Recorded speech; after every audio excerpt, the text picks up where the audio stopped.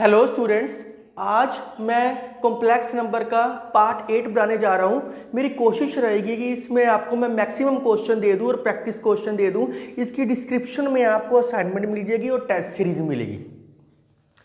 तो मैं इसमें पोलर फॉर्म है, पहले इसका वर्किंग रूल लिख दूँ कि जिसने 7th नंबर वीडियो नहीं देखनी ना देखना, आप यहाँ से भी डायरेक्ट कर सकते हो।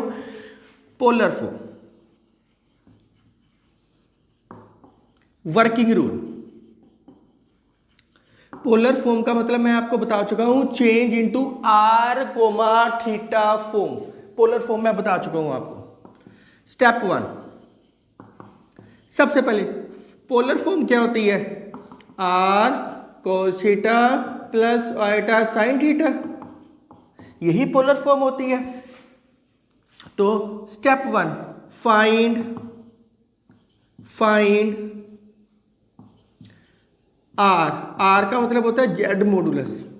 आपकी बुक में आर कोस थीटा को कंपेयर किया हुआ है रियल पार्ट से, आर साइन थीटा को कंपेयर किया हुआ है। आपने उससे करना है, उससे कर लेना। तो फाइंड आर मैं इस फॉर्मेट से कर रहा हूं। स्टेप 2, tan अल्फा दे रखे हैं y बाय एक्स का मोड मैंने इसलिए लिया था ताकि ये एक्यूट बन जाए, और अल्फा भी मैंने इसलिए लिया ताकि एक्यूट एंगल बन जाए, नेगेटिव चीज ना आए, फर्स्ट क्वाड्रेंट में लाई करे। मैंने एक नया एंगल सपोज किया था alpha, that is find alpha. जैसे जैसे आप ट्रिग्नोमेट्री कर लोगे आपको कॉन्सेप्ट की ज्यादा क्लैरिटी होनी शुरू हो जाएगी। स्टेप 3, तीसरे स्टेप के अंदर आपने क्या करना है? Find theta. थीटे का मतलब होता है argument of Z, capital ARG। ये निकालने के कौन से मेथड मैंने करवाए हैं? 4 मेथड मैंने करवाए हैं। पहला क्या लिखवाया है मैंने? अल्फा। दूसरा पाई माई, पहले मैंने क्या लिखवाया है? Theta equal to alpha. Second पे क्या लिखवाया है? Theta equal to pi minus alpha. जो अल्फा की वैल्यू पुटिंग करोगे तब थीटे की वैल्यू अपने आप आ जाएगी। अल्फा की वैल्यू पुटिंग करोगे थीटा की वैल्यू अपने आप आ जाएगी। यहाँ क्या आएगा? इसके आगे नेगेटिव साइन लग जाएगा, इसके आगे भी नेगेटिव साइन लग जाएगा। Step 4, put the value of R and theta in Z equal to R cos theta plus iota sine theta. इसके अंदर पुट कर दो, आपका आंसर आ जाएगा। तो कोई मुश्किल काम नहीं था। 4 स्टेप्स करने हैं हर क्वेश्चन में। तो मैं इसके रिलेटेड अब कुछ क्वेश्चंस करवाता हूं, तो kindly write down. Change into polar form 1 + √3 iota है। पोलर फॉर्म क्या होती है? We know that polar form, पहले लिखना पड़ेगा। We know that polar form B Z equal to R cos theta plus iota sine theta, where Z modulus क्या होता है? आर, और थीटा क्या होता है? Argument of Z. यही लिखवाया मैंने, बार बार यही लिखवाया। तो सबसे पहले आपने निकालना क्या होता है? आर मतलब जेड मॉडुलस। जेड का मॉडुलस लो, क्या आएगा? रियल पार्ट का स्क्वायर प्लस इमेजिनरी पार्ट का स्क्वायर। Very simple. 1 + 3 √4 2 आ गया आपके पास। तो आर तो आपके पास आ गया 2। अब आर्गुमेंट ऑफ जेड निकालना, कंफ्यूजन नहीं लिखनी, आपने कंफ्यूज नहीं होना। मैंने आपको अल्फा लिखवाया क्वेश्चन में, tan alpha is equal to y by X का मोड, मैंने ये लिखवाया। अब ये ना सोचो अल्फा कहाँ से आया। ये अल्फा इसलिए आया, अगर मैं यहाँ से आपकी बुक में ना आर कोस थीटा को x लिया हुआ है, आर साइन थीटा को y लिया हुआ है, आपने उस तरीके से करना, उस तरीके से कर लो, कोई फर्क नहीं पड़ता उस तरीके से भी करने में। पर ये मेथड बहुत अच्छा है, बहुत सिंपल मेथड है ये। tan अल्फा को क्या होता है? y बाय एक्स का मोड। अब ये ना सोचो सर या तो थीटा था, थीटा यहाँ पे आर्गुमेंट ऑफ जेड है। मैंने एक नया एंगल लिया अल्फा, ताकि अल्फा की जब मैं एक्यूट एंगल है, अल्फा इज एक्यूट एंगल, इसलिए मैंने मोड लिया था। अल्फा में अल्फा की वैल्यू पुटिंग आउट करूंगा तो ऑटोमेटिकली थीटा फाइंड आउट हो जाएगा। तो ये y क्या है यहाँ पे? √3 प्लस √3, x क्या है? 1 + 1, तो क्या हो गया? √3। √3 tan की कौन सी वैल्यू पे होता है? हमेशा या तो यहाँ √3 आएगा, या 1 आएगा, या 1/√3 आएगा, ताकि ये tan की वैल्यू में कन्वर्ट हो जाए। 0 भी आ सकता है। तो √3 tan की कौन सी वैल्यू पे कन्वर्ट होता है? tan 60 pi by 3। तो मैं आपको बता दूं पाई की वैल्यू मैंने आपको 180 लिखवाई थी। आप ट्रिग्नोमेट्री करोगे ज़्यादा क्लियर होएगा, ये ट्रिग्नोमेट्री में कन्फ्यूजन ना हो इसलिए मैं अभी बता रहा हूँ। 3 से डिवाइड करोगे तो 60। तो इसको बोलते हैं डिग्री, इसको बोलते हैं रेडियन। तो रेडियन जब आप ट्रिग्नोमेट्री कर लोगे तो अपने आप समझ आ जाएगा। तो एक बारी पाई बाय 3, tan से tan कट गया, अल्फा क्या आ गया, पाई बाय 3। बस अब इसके बाद क्या करना है, इसके बाद क्या करना है, नाउ जेड क्या है, पहला एलिमेंट प्लस दूसरा भी प्लस, 1,√3 क्या है, लाइज इन फर्स्ट क्वाड्रेंट। अगर ये फर्स्ट क्वाड्रेंट में है तो थीटा मतलब आर्गुमेंट ऑफ जेड, इसकी वैल्यू क्या है, अल्फा। मैंने यही लिखवाई है, आर्गुमेंट ऑफ जेड की वैल्यू क्या होती है, अल्फा, इसको थीटा लिखते हैं। तो यहाँ पे क्या आ गया, थीटा क्या आ गया, अल्फा की वैल्यू पुट करो पाई बाय 3, तो आर्गुमेंट ऑफ जेड क्या आ गया, पाई बाय 3। बस खत्म हो गया क्वेश्चन, पुट इन 1। तो जेड आर की वैल्यू क्या आई है, 2। जिस चीज को लेट करते हैं मैथ में उसकी वैल्यू निकालनी है। आपने लेट क्या किया है, आर और थीटा, थीटा की वैल्यू क्या है, pi by 3, cos pi by 3 plus iota sine pi by 3। अब इसको आगे सोल्व नहीं करना, यहीं पे छोड़ देना, कोई मुश्किल काम नहीं था। अब ये थीटा ऑटोमेटिकली आएगा, वो किसकी फॉर्म में आएगा, अल्फा सोल्व करके आएगा। कंफ्यूजन ना हो तो मैंने इसलिए अल्फा ले लिया, आपकी बुक में पाई माइनस थीटा ही लिखा हुआ है इसको। सेकंड क्वेश्चन देखो, वी नो डैट, सेम कहानी, we know that polar form B Z is equal to R cos theta plus iota sine theta. R की वैल्यू क्या होगी, जेड मॉडुलस, और थीटे की वैल्यू क्या होगी, argument of Z, where R equal to this. तो Z modulus निकाल लो, पहले आर निकाल लो, रियल पार्ट का स्क्वायर प्लस इमेजिनरी पार्ट का स्क्वायर, 1 + 1√2। बड़े सिंपल तरीके से हो गया √2। तो नाउ tan अल्फा, अल्फा की वैल्यू क्या होती है, y बाय एक्स का मोड, 1 बाय -1 1।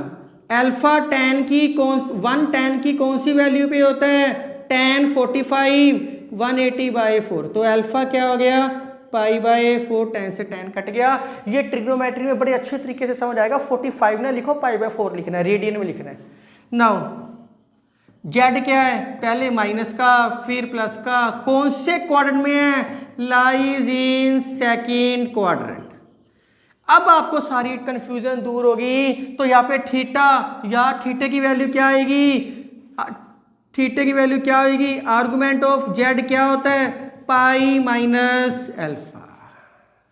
तो अल्फा, अगर मैं यहाँ थीटा लेके चलता, थीटा लेके चलता तो थीटा की वैल्यू क्या होती, पाई बाय 4 होती। तो मैं क्या पाई माइनस थीटा करता, तुम कहते सर पाई कहाँ से लिख दिया, कंफ्यूजन क्रिएट होती, इसलिए मैंने इसका नया नाम दे दिया था अल्फा, एक्यूट एंगल के लिए।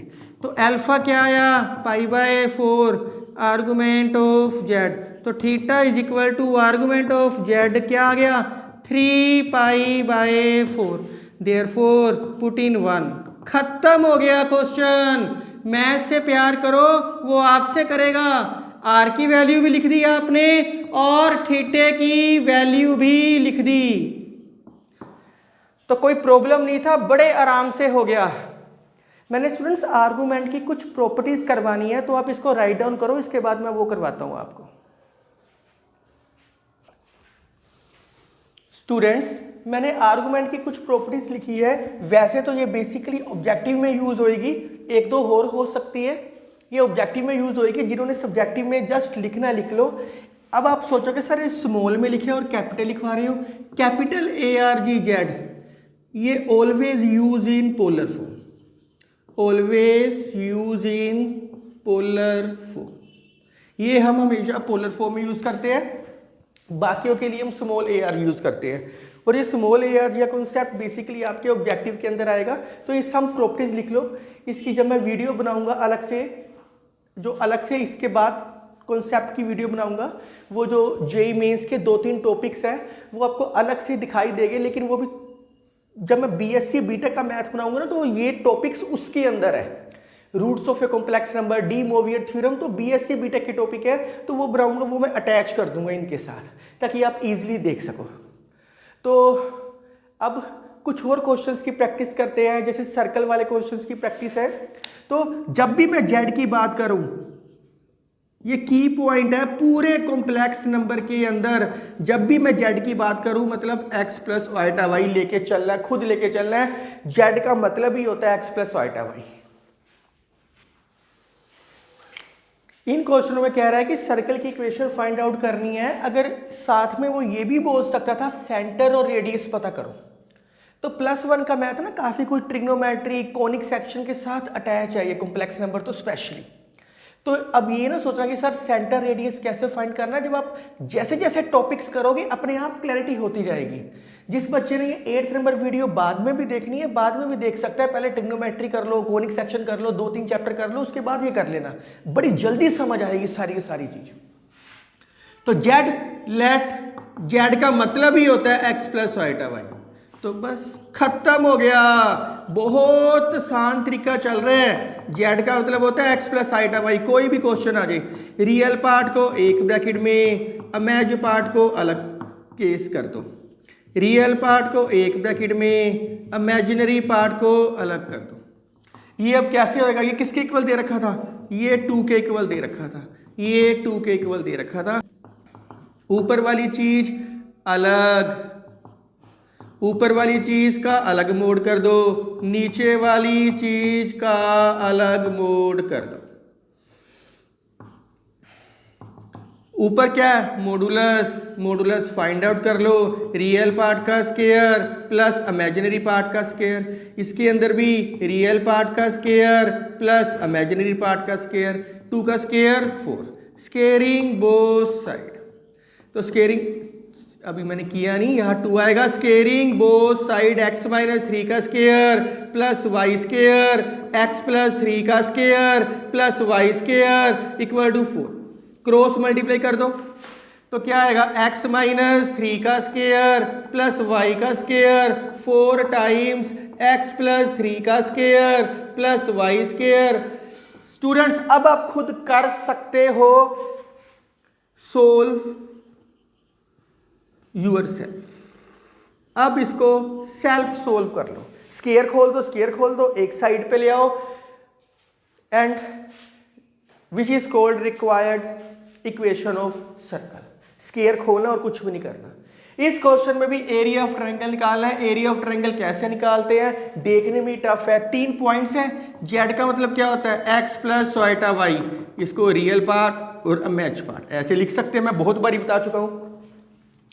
आइटा जेड का मतलब क्या होता है, iota X plus iota Y, यही होएगा। जेड का मतलब ही होता है X plus iota Y. Iota X, iota square Y, iota square क्या होता है -1। तो पहले रियल पार्ट लिख दो, फिर इमेज पार्ट लिख दो। इसके अंदर से पॉइंट क्या आ गया, -y, x।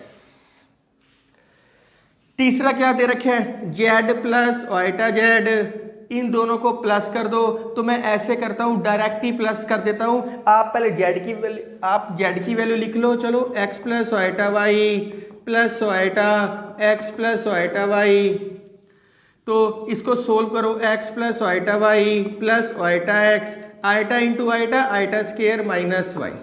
रियल पार्ट को एक ब्रैकेट में, इमेजिनरी पार्ट को एक ब्रैकेट में। आपके पास पॉइंट्स क्या आ गए, X minus Y, X plus Y. यहां मैंने y की चीज पहले इसलिए लिखी है क्योंकि ये रियल पार्ट था, ये इमेजिनरी पार्ट था। आइटा वाली चीज क्या होती है, इमेजिनरी पार्ट। अब क्वेश्चन में कहता है कि एरिया ऑफ ट्रायंगल निकालना है। तो एरिया ऑफ ट्रायंगल आप छोटी क्लासों में करके आए हो 1/2। ये आर्गेंट प्लेन का मतलब होता है कॉम्प्लेक्स प्लेन, मतलब z equal to X plus iota Y represent in graph. पहला पॉइंट कौन सा था, एक्स वाई। दूसरा पॉइंट क्या है, -y x। तीसरा पॉइंट क्या है, x minus Y X plus Y. चौथा पॉइंट क्या है, पहले पॉइंट को रिपीट कर दो। अब ये सोल्व कैसे करोगे आप, इसको सोल्व कैसे करोगे आप, तो 1/2 आपने अगर डायरेक्ट फार्मूला किया है, डायरेक्ट फार्मूला कर सकते हो, मैं इस तरीके से कर देता हूँ। तो क्या आएगा, X square plus Y square plus minus X Y minus Y square minus X square plus X Y plus X Y minus Y square minus X square minus X Y. तो बहुत प्यार से हो गया, कोई भी दिक्कत नहीं आई क्वेश्चन को सोल्व करने के लिए। अगर आप ध्यान से देखो, एक्स स्क्वायर वाई स्क्वायर से X square Y square cut गया, एक्स वाई से एक्स वाई कट गया, एक्स वाई से एक्स वाई कट। आपने एरिया निकाल रहे थे, एरिया में यह हमेशा मोड आता है क्योंकि एरिया कभी नेगेटिव में नहीं आता। तो 1/2 क्या बच गया, minus X square minus Y square, minus adjust हो जाएगा, क्या बच गया, X square plus Y square का मोड। इसको क्या लिख सकते हैं, जेड मॉडुलस का स्क्वायर। यही प्रूव करना था, यही प्रूव करना था।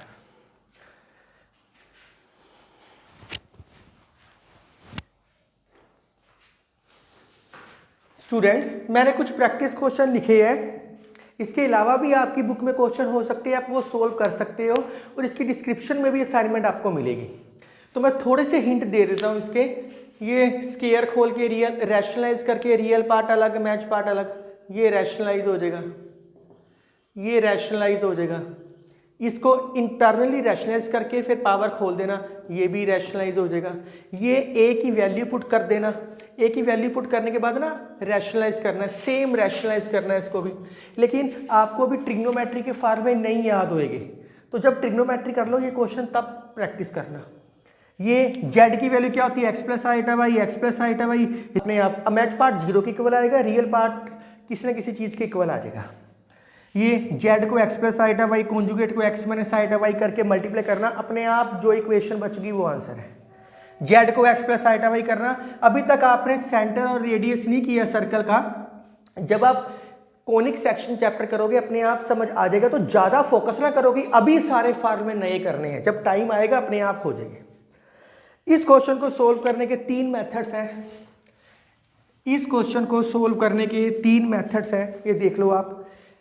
मेथड 1, तो Z equal to -1 plus iota cos π/3 plus iota sine π/3। Method 1 में बोलता है इसको रैशनलाइज करो, मेथड 1 में बोलता है इसको रैशनलाइज कर लो, कर लेना आ जाएगा। मेथड 2 में बोलता है, मेथड 2 में बोलता है numerator change into polar form, change into polar form. Polar form में चेंज करने के बाद CIS थीटा वाला मेथड जो ऐसे सिस थीटा 1 है, नीचे सिस थीटा 2 है, ये मैंने आपको लिखवाए नहीं, जानबूझ के नहीं लिखवाए, इतने सारे फार्मूले यूज करने मुश्किल है। मैं आपको करवा रहा हूं मेथड 3, जो करवा रहा हूं मेथड 3 में बोलते हैं इस चीज को कोस पाई का मतलब क्या होता है 180, π/3 मतलब 60, कॉस 60 की वैल्यू क्या होती है 1/2, साइन 60 की वैल्यू क्या होती है √3/2। तो क्या आ गया 2 पर चला गया, -1 प्लस आइटा, नीचे क्या आ गया 1 प्लस √3 आइटा। तो मैंने इसको क्या किया, आइटे में चेंज कर लिया। और अब आपको पता है जब भी डिनोमिनेटर में आइटा आ जाए तो आप क्या करते हो, रैशनलाइज करते हो। तो आप क्या करते हो, रैशनलाइज करते हो।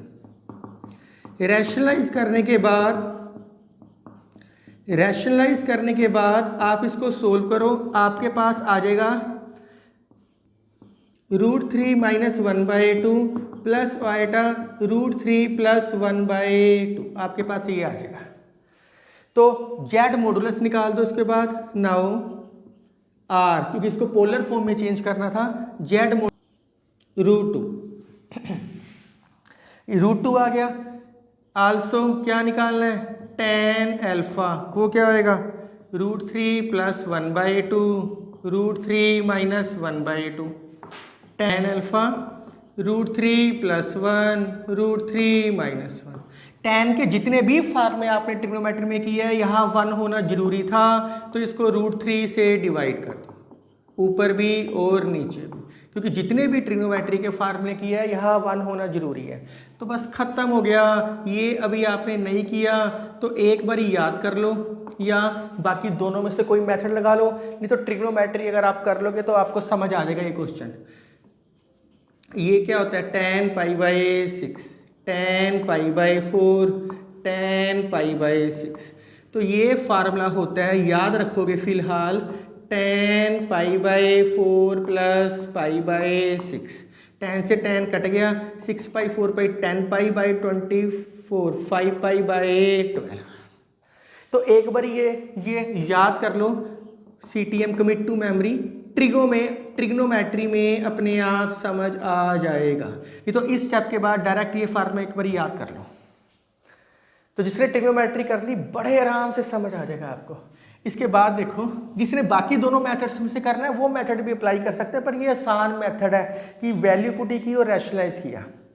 तो नाउ जेड